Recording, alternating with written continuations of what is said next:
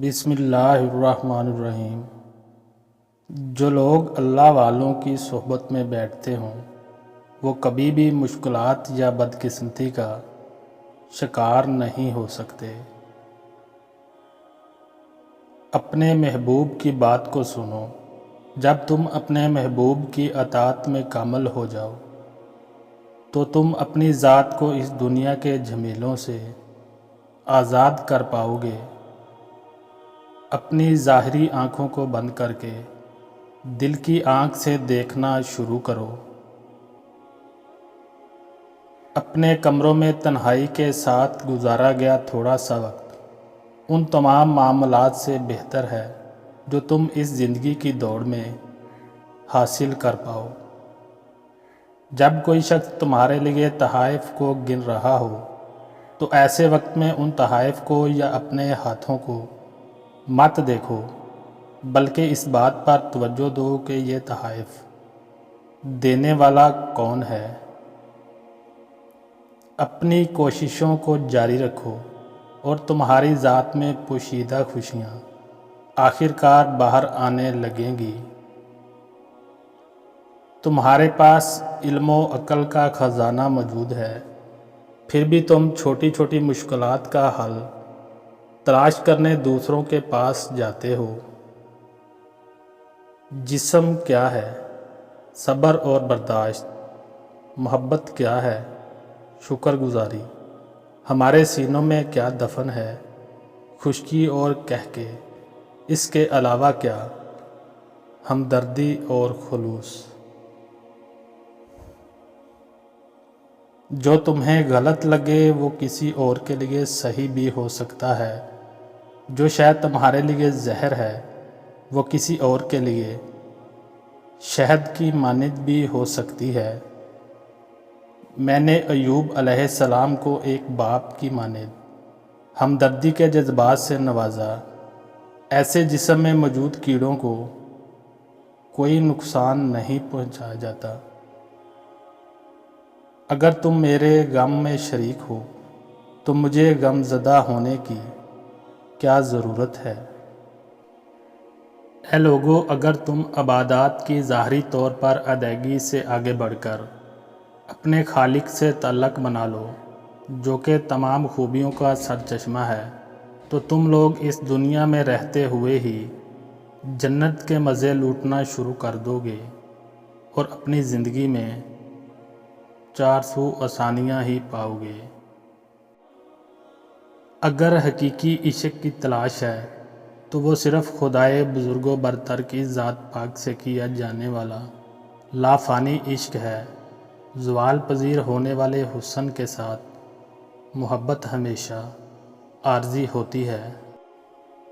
اے روح، اگر تمہیں زندگی کے رازوں کو جاننا ہے تو تمہیں شرم و حیا اور عزت نفس جیسے عناصر کو بھلا دینا ہوگا۔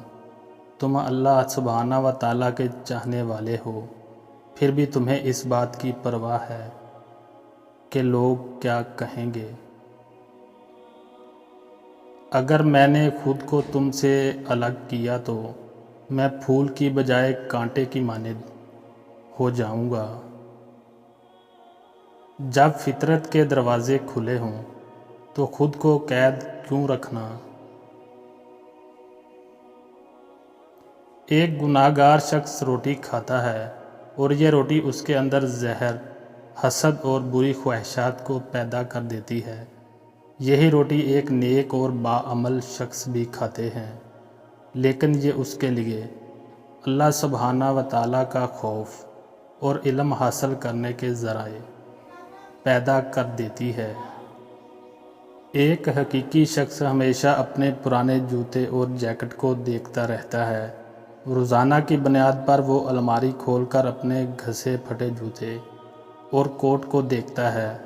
عقل کا تقاضا یہی ہے کہ انسان ہمیشہ اپنے اصل کو یاد رکھے، انا اور غرور کی وجہ سے خود کو برباد نہ کر ڈالے۔ دل کی آواز اور موجودگی کے بیچ وہ مقام ہے جہاں حقیقت کی راہ ملتی ہے۔ چار سو خاموشی میں اس کے دروازے کھلتے ہیں۔ جبکہ بے ربط گفتگو میں یہ دروازے بند ہو جاتے ہیں۔ اللہ سبحانہ و تعالیٰ تمہیں کسی جذبے کے مخالف محسوسات سے آشنا کروا کر زندگی کی حقیقت سے آگاہ کرتے ہیں تاکہ کامیاب اڑان کے لیے تمہارے پاس ایک نہیں دو پر ہوں۔ جو شخص غم اور تکالیف کے پیچھے پوشیدہ محبت تک پہنچ جائے وہ اپنی ذات کے خالی پن کو ہزاروں نئے روپ دے سکتا ہے۔ ایک صوفی شخص نے کہا، میرے محبوب، اپنی ذات کے سوا کسی اور کے لیے اپنی آنکھوں کو کھولے رکھنے کا کوئی فائدہ نہیں، اور اپنی روح کے الگ ہونے کے سوا کسی اور کے لیے رونے کا بھی کوئی فائدہ نہیں۔ حق کا ساتھ دینے والے لوگوں کے لیے ہمیشہ خطرہ موجود ہوتا ہے۔ اللہ سبحانہ و تعالیٰ کے بتائے گئے راستے پر چلتے ہوئے انہیں بہت سی آزمائشوں کا سامنا کرنا پڑتا ہے۔ اگر اللہ سبحانہ و تعالیٰ کی محبت سے غم کا ایک ذرہ بھی حاصل ہو جائے تو تم اس دنیا اور آخرت کے تمام غموں سے آزاد ہو جاؤ گے۔ انسان کو یہ زیب نہیں دیتا کہ وہ اس دنیا میں جہالت کے ساتھ اپنا وقت گزارے، اسے اپنی موت کو ہمیشہ یاد رکھنا چاہیے۔ جو شخص بھی اس دنیا میں آئے اس کی موت کہتی ہے، یاد رکھنا میں تمہارے پیچھے پیچھے آ رہی ہوں۔ جو شخص اللہ سبحانہ و تعالیٰ کا خوف اپنے دل میں رکھتے ہوئے سیدھے راستے پر چلتا ہو تو ایسے شخص سے تمام جن اور انسان ڈرا کرتے ہیں، اور جو بھی اسے دیکھے اس کے رعب و جلال کے اثر میں آ جاتا ہے۔ کسی شخص کو بھی حقارت کی نگاہ سے نہیں دیکھنا چاہیے۔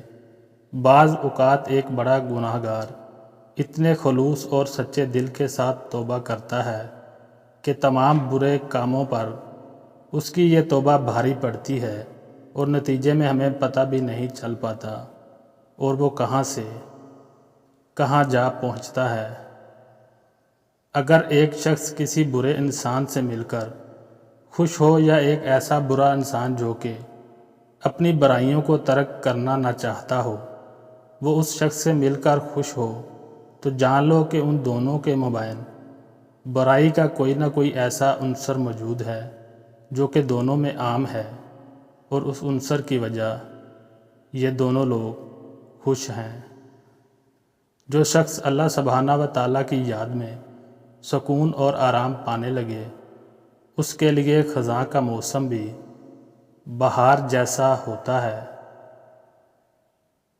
اہمیت اس بات کی ہے کہ اپنی روح کی ہدایات پر تم کتنا جلد عمل کرتے ہو۔